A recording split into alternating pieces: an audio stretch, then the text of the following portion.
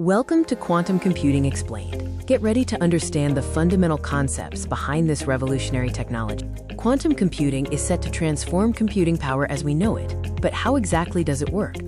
At its core, quantum computing uses principles of quantum mechanics to process information in ways classical computers simply cannot.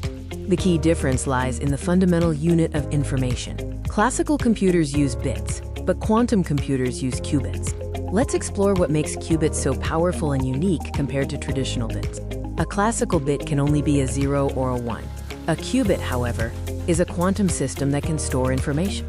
The real magic of a qubit is superposition. This means a qubit can exist in a combination of both 0 and 1 states simultaneously.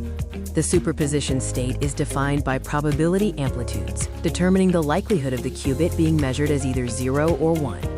Superposition is one of two major quantum phenomena harnessed by quantum computing. The other is entanglement. Entanglement links two or more qubits together so that their fates are intertwined. If one qubit state is known, the other state is instantly known, regardless of the distance between them.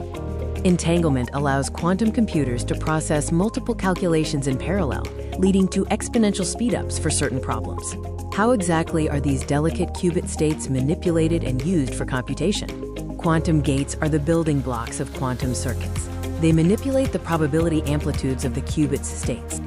These quantum gates use a phenomenon called interference to amplify the probability of correct outcomes. Crucially, interference also cancels out the probability of incorrect answers, making the desired result stand out. After the quantum computation is complete, the final step involves extracting the classical result. When the computation is finished, a measurement is taken to observe the state of the qubits. The act of measurement instantly collapses the superposition of the qubits into a definite classical state of either 0 or 1, providing the answer. So that's the quantum computing process, from qubits to the final classical output. Remember the key concepts: qubits with superposition, entanglement for speed, and gates using interference to find the solution. Quantum computing promises breakthroughs in medicine, materials science, and AI, representing a true quantum leap for technology.